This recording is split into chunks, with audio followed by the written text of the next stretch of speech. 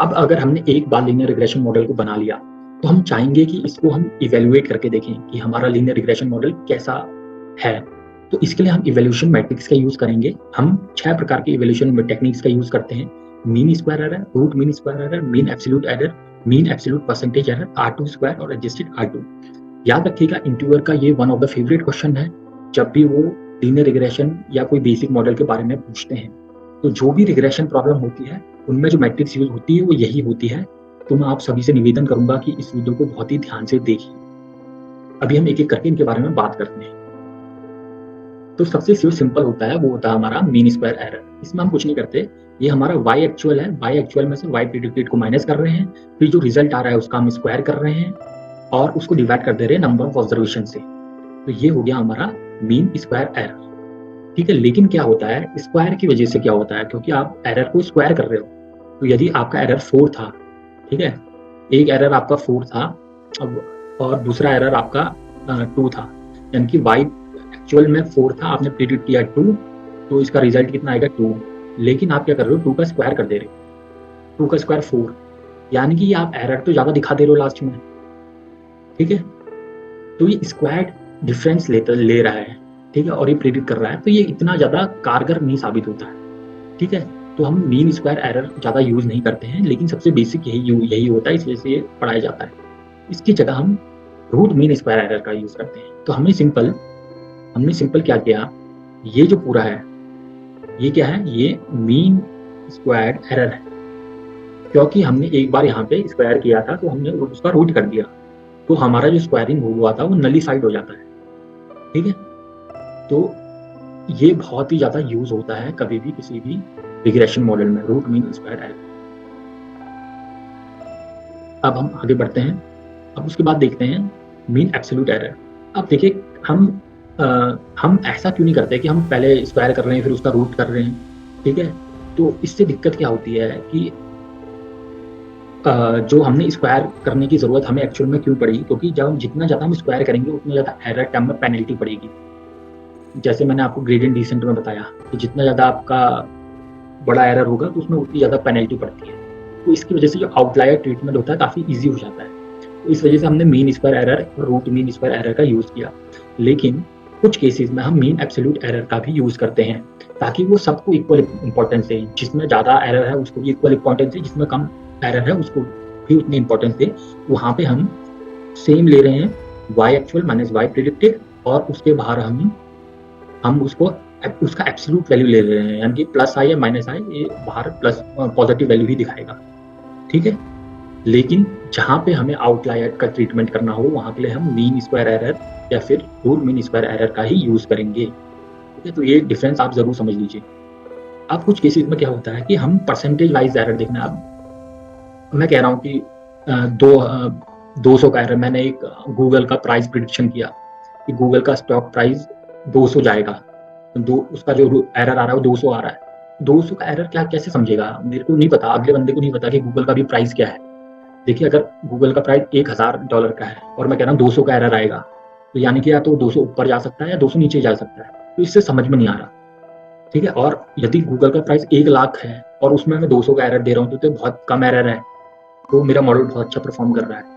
ठीक है, तो इस कंफ्यूजन को से बचने के लिए हम क्या करते हैं, उसका परसेंटेज निकाल लेते हैं कि भाई परसेंटेज में तो वही चीज सेम चीज रहेगी कि मैं 2% एरर दे रहा हूँ, मेरा एल्गोरिथम 5% एरर दे रहा है।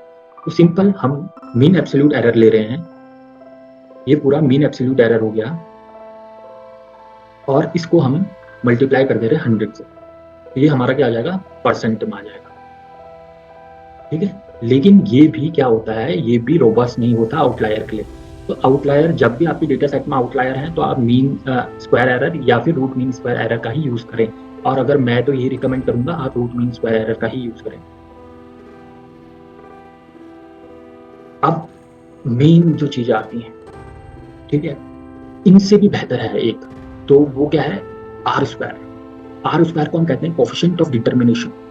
ठीक है, अब ये क्या करता है, ये हमारे मॉडल को किसी और कांस्टेंट बेसलाइन मॉडल से ही कंपेयर करता है।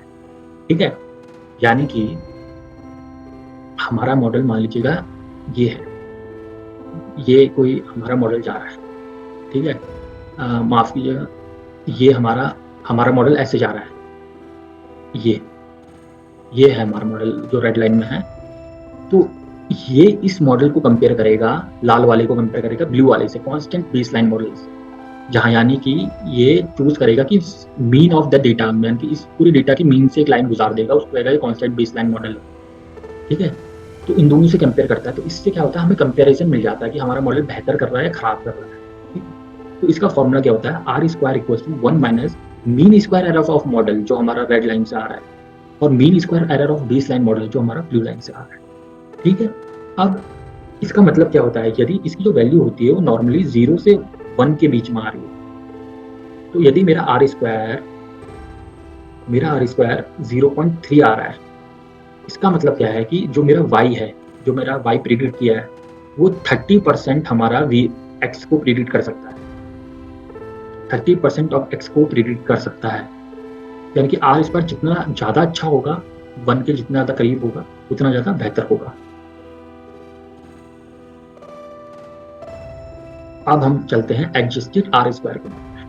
अब देखिए, आर स्क्वायर में एक बड़ी दिक्कत थी। आर स्क्वायर क्या करता था कि जब भी हम किसी मॉडल में नंबर ऑफ फीचर्स बढ़ा देते थे, तो आर स्क्वायर अपने आप ही बढ़ने लग जाता था, यानी कि चाहे वो फीचर काम का हो या ना काम का हो। ठीक है, जैसे हाउसिंग प्राइस की अगर हम बात करें, तो एक हाउसिंग प्राइस में मैं कहता हूँ कि एक फीचर ले लेते हैं कि हाउस की जिस एरिया में वो घर मिल रहा है, उस एरिया में जिस एरिया में वो घर मिल रहा है, उस एरिया में कुत्ते बिल्लियां सस्ते में मिलती हैं। ठीक है, तो ये क्या कोई लॉजिक बनता है किसी का घर लेने का, कुत्ते बिल्लियां सस्ती मिलने का? तो मेरे हिसाब से इसका कोई लॉजिक नहीं बनता, लेकिन हम एक ऐसा फीचर ऐड कर देते हैं उसमें, तो आर स्क्वायर क्या होता है, आर स्क्वायर इंप्रूव कर जाता है फिर भी, लेकिन एक्चुअल में वो आर स्क्वायर को सेंस तो बना नहीं रहा होता है। तो इस केस के लिए हमने एडजस्टेड आर स्क्वायर का यूज किया। उसमें वो क्या करता है, वो पिनलाइज करता है, वो पेनल्टी देता है किसी भी फीचर को। वो कहता है कि भाई हमारा फीचर यदि काम का है तो उसी को यूज करेंगे हम, यदि वो कोई इंप्रूवमेंट नहीं कर रहा होता ओवरऑल स्कोर में, तो उसको हम पिनलाइज करेंगे। ठीक है, तो इसका फॉर्मूला क्या होता है, R absolute R adjusted R square का 1 माइनस, पहले तो आर स्क्वायर का ही इतना, आर स्क्वायर का नॉर्मल आर स्क्वायर का फॉर्मूला हो गया है n माइनस 1, n क्या है, नंबर ऑफ ऑब्जर्वेशन में हम इसे -1 करें, divided by number of observation minus number of independent variable -1, यानी कि ये क्या कर रहा है, पिनलाइज कर रहा है आपके नंबर ऑफ इंडिपेंडेंट वेरिएबल्स को। ठीक है, अब प्रॉपर्टीज ऑफ आर स्क्वायर का यूज देख लेते हैं। इसका रेंज ज्यादातर 0 और 1 के बीच में होता है। R2 0 का मतलब क्या है, होता है कि इसको ऐसे समझते हैं, x है और x के थ्रू हमने y प्रिडिक्ट किया है। R2 0 का मतलब क्या है कि हमारा x और y के बीच में हमें कोई कोरिलेशन नहीं मिला, यानी कि आप y को प्रिडिक्ट ही नहीं कर सकते x की बिना पर। और R2 बराबर 1 का मतलब ये हुआ कि आप x की बिना पे y को एक्चुअल में बराबर प्रिडिक्ट कर रहे हैं बिना किसी एरर के। ठीक है, इसका मतलब कुछ ऐसा हुआ कि 2 + 2 = 4 होगा, कोई एरर नहीं आ सकता इसमें। ठीक है, और R2 बराबर 0.2 का मतलब क्या होता है, 20% of variance of y is predicted from x। ठीक है, 20% हमारा वेरिएंस प्रिडिक्ट हो गया x से, और R2 0.4 का मतलब 40% वेरिएंस प्रिडिक्ट हो गया x से।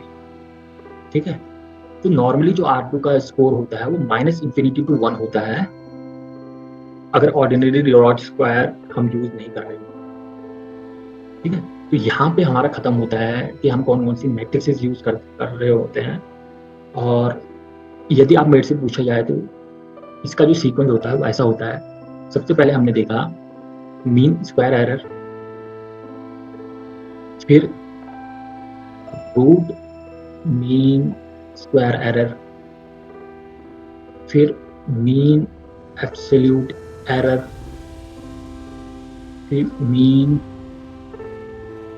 एब्सोल्यूट परसेंटेज एरर, फिर आर स्क्वायर, फिर एडजस्टेड आर स्क्वायर। ठीक है, तो हम ये 6 यूज कर रहे होते हैं। अब हम 6 कब कौन सा यूज करेंगे, जो बेसिक हमारा लीनियर रिग्रेशन मॉडल बन रखे होते हैं वो हमारे इसके बेस में बन रखे होते हैं। ठीक है, तो हमेशा मीन स्क्वायर एरर तो लगाना है, आपको निकालना ही चाहिए। लेकिन जो सबसे बेस्ट होता है वो होता है रूट मीन स्क्वायर एरर। ठीक है, ये दोनों रोबस्ट होते हैं आउटलायर के लिए। ठीक है, यानी कि यदि आपके पास डेटा में कुछ आउटलायर्स हैं, ठीक, आउटलायर्स मतलब कोई अनइवन वैल्यूज आ गई आपके डेटा के बीच में, तो उसको वो ज़्यादा पेनल्टी देंगे वो। ठीक है, तो ये उनके लिए बहुत अच्छे होते हैं ये दोनों। तो आपको ये दोनों हमेशा यूज़ करने हैं, क्योंकि आप मीन स्क्वायर एरर के बाद रूट फंक्शन यूज़ करेंगे तभी आप root mean square error use कर सकते हैं। अब देखिए, मीन एब्सोल्यूट और मीन एब्सोल्यूट परसेंटेज एरर, जहाँ पे आपको परसेंटेज में दिखानी है वो चीज़ें, वहाँ के लिए आप यूज़ कर सकते हैं। इतना ज़्यादा अच्छा नहीं होता है ये। ठीक है, आप अवॉइड ही करें इन दोनों को यूज़ करना। उसके बाद R2 हम जब कांस्टेंट बेसलाइन मॉडल के थ्रू अपने मॉडल को इवैल्यूएट कर रहे हैं, तो वहाँ R2 का यूज़ किया जाता है। एब्सोल्यूट R2, क्योंकि इसमें नंबर ऑफ फीचर्स यदि हम बढ़ा दे रहे थे, तो हमारा R2 इंक्रीज़ कर रहा था, R2 इम्प्रूव कर रहा था। इसमें वो उसको पेनलाइज़ कर देगा। तो यदि आप मेरी मानो तो सबसे पहले आप मीन स्क्वायर एरर यूज़ करें, फिर रूट मीन स्क्वायर एरर निकालें, फिर आप R2 और एडजस्टेड R2 निकालें। तो ये एक तरीके का सीक्वेंस है जो मैं फॉलो करता हूँ, और मैं चाहूँगा कि आप भी फॉलो करें। तो आशा करता हूँ कि आपको ये जानकारी बहुत अच्छी लगी होगी कि कौन-कौन से हम मैट्रिसेस यूज़ करते हैं किसी भी रिग्रेशन मॉडल में। यदि आप यहाँ तक मेरे साथ वीडियो में बने हुए हैं, तो मैं आपसे यही निवेदन करूँगा कि इस वीडियो को ज़्यादा से ज़्यादा शेयर करें। यदि सब्सक्राइब नहीं किया तो चैनल ज़रूर सब्सक्राइब करें।